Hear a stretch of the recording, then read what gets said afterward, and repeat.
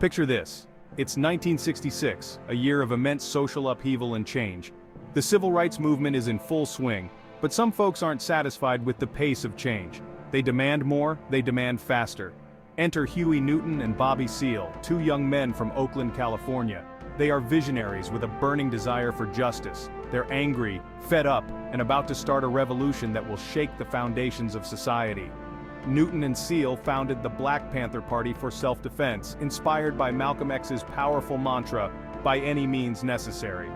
The Panthers weren't interested in turning the other cheek, they wanted to fight back against oppression and injustice. Yes, the Panthers carried weapons, but that was just the tip of the iceberg. Their mission was far deeper. They were about empowerment, community, and changing the system from the ground up, creating a new order. They started patrolling the streets of Oakland, watching the police, armed with guns and law books, ready to defend their rights. Black men and women, dressed in black leather jackets and berets, standing up to the cops with unwavering courage.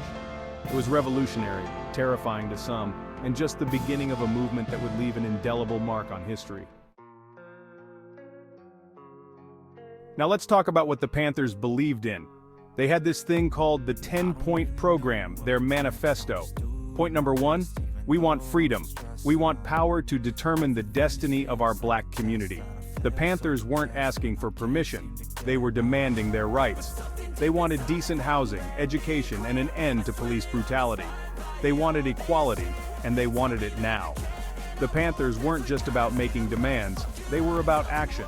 They believed in survival, pending revolution.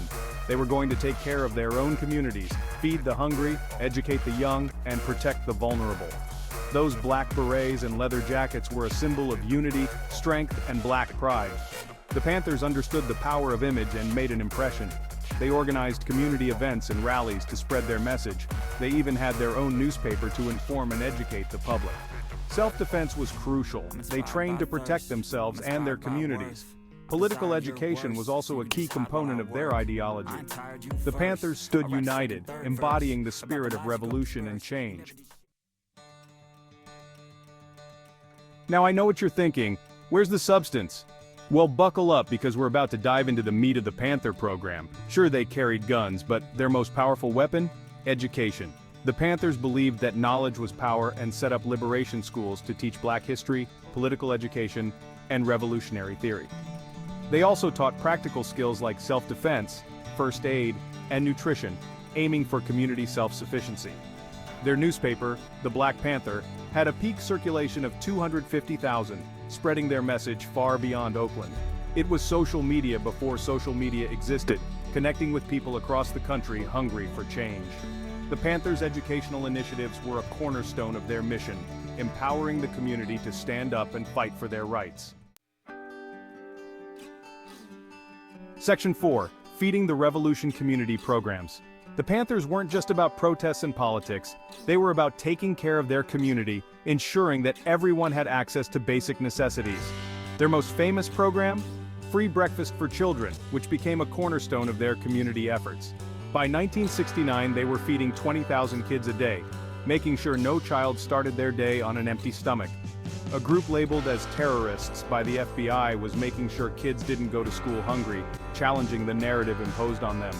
The Panthers set up free health clinics, provided sickle cell anemia testing, started addiction recovery programs, and even had a program to provide free shoes to those in need. They looked at every problem in their community and said, yeah, we can fix that, showing their commitment to real, tangible change. These programs worked, making a real difference in people's lives, offering hope and support where it was desperately needed. The Panthers weren't just talking about revolution, they were living it, embodying the change they wanted to see.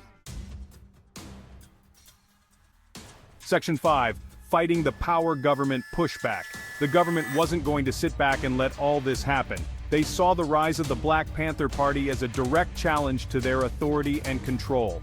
Enter J. Edgar Hoover and his FBI agents, who were determined to dismantle the movement by any means necessary. Hoover called the Panthers the greatest threat to the internal security of the country, a statement that justified extreme measures. The FBI launched COINTELPRO, a massive campaign to destroy the Black Panther Party. This covert operation aimed to undermine and neutralize the Panthers' influence. They infiltrated the party, spread disinformation, and even assassinated key leaders like Fred Hampton.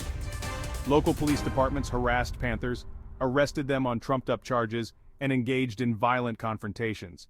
The most famous was the shootout with the LAPD in 1969, where the LAPD used a tank against their own citizens. The government's tactics sowed discord within the party, turned public opinion against them, and wore them down with constant legal battles. But they couldn't destroy the ideas or erase the impact the Panthers had made. The community programs they initiated continued to inspire and support people. You can kill a revolutionary, but you can't kill a revolution. The legacy of the Black Panther Party lives on, a testament to their enduring fight for justice and equality. Section 6. The Panthers' Legacy, Echoes in Modern Movements. By the 1980s, the party had pretty much dissolved, but the legacy of the Black Panthers lives on. You can see it in the Black Lives Matter movement, the way they organize, challenge police brutality, and use imagery and social media. The Panthers showed that grassroots organizing could make a real difference. Their community programs inspired a whole generation of activists.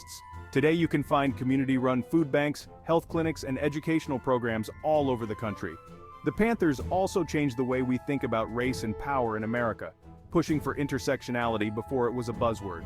They formed alliances with other marginalized groups, showing that the struggle for Black liberation was part of a larger fight for justice and equality for all. Modern activists continue to draw inspiration from the Panthers' strategies and vision, ensuring that their revolutionary spirit remains a powerful force for change today.